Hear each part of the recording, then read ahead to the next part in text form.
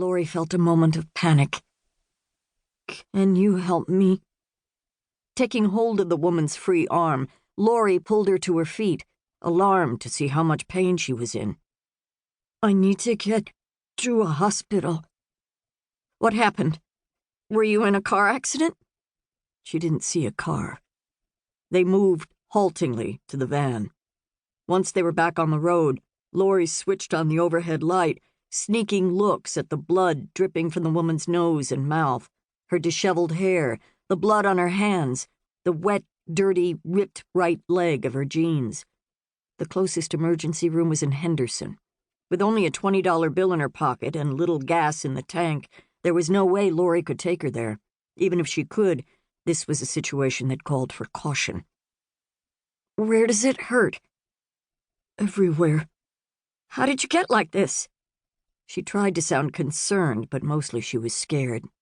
The woman leaned back and closed her eyes. "I can't quite... It's all confused." "Uh-huh.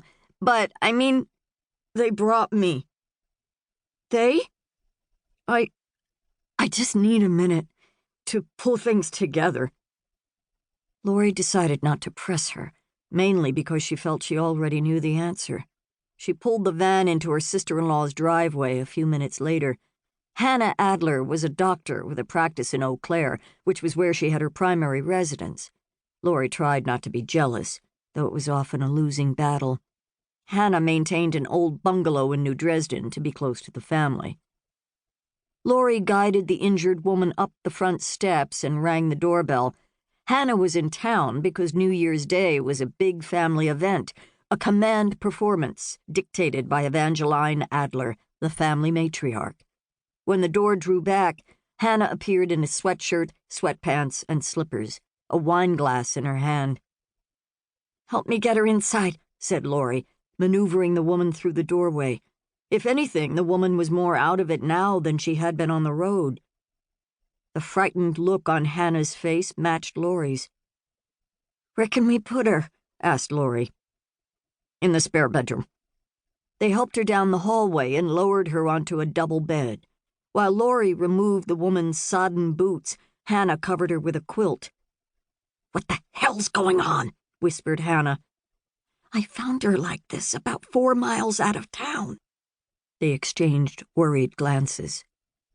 "She's pretty confused," added Laurie. "Good. I hope she stays that way." Bending over the bed, Hannah said, "I need to examine you. Does your head hurt? Are you dizzy?" The woman searched the two faces, gazing down at her, settling on Hannah. Laurie held her breath. "My ribs, on the left side." "On a scale of 1 to 10, what's the pain like?" 8.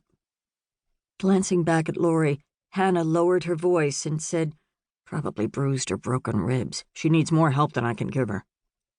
"This is really bad." Loud banging on the front door interrupted them. "You expecting someone?" asked Laurie. They raced back down the hall. Hannah parted the curtains in the living room. "It's Kevin and Doug. They look upset." Grabbing Hannah's arm, Laurie said, "We can't let them in."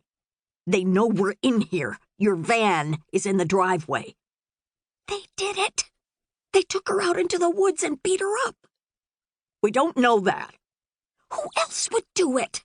Hannah, please. You know I'm right. If they find out we've got her in here, who knows what they'll do?" Hannah hesitated, then said, "I'll go out and talk to them. I'll tell them... Hell, I'll figure something out. While I'm outside, you get rid of her. You hear what I'm saying?" "What about her pain?" "Get rid of her. She's poison." Laurie gave a solemn nod. Rushing back to the bedroom, she found the woman sitting up, head in her hands. "You've got to get out of here." "What?" "Come on, put your boots back on." Ducking into the bathroom, Laurie opened the medicine cabinet and searched through the prescription bottles for a painkiller. If nothing else, she could give her a bottle of ibuprofen, though that hardly seemed strong enough. When she found nothing, she noticed her sister-in-law's medical bag on the floor next to a small oak cabinet. Opening it, she found a white paper sack stapled at the top. She ripped it open and scanned the front.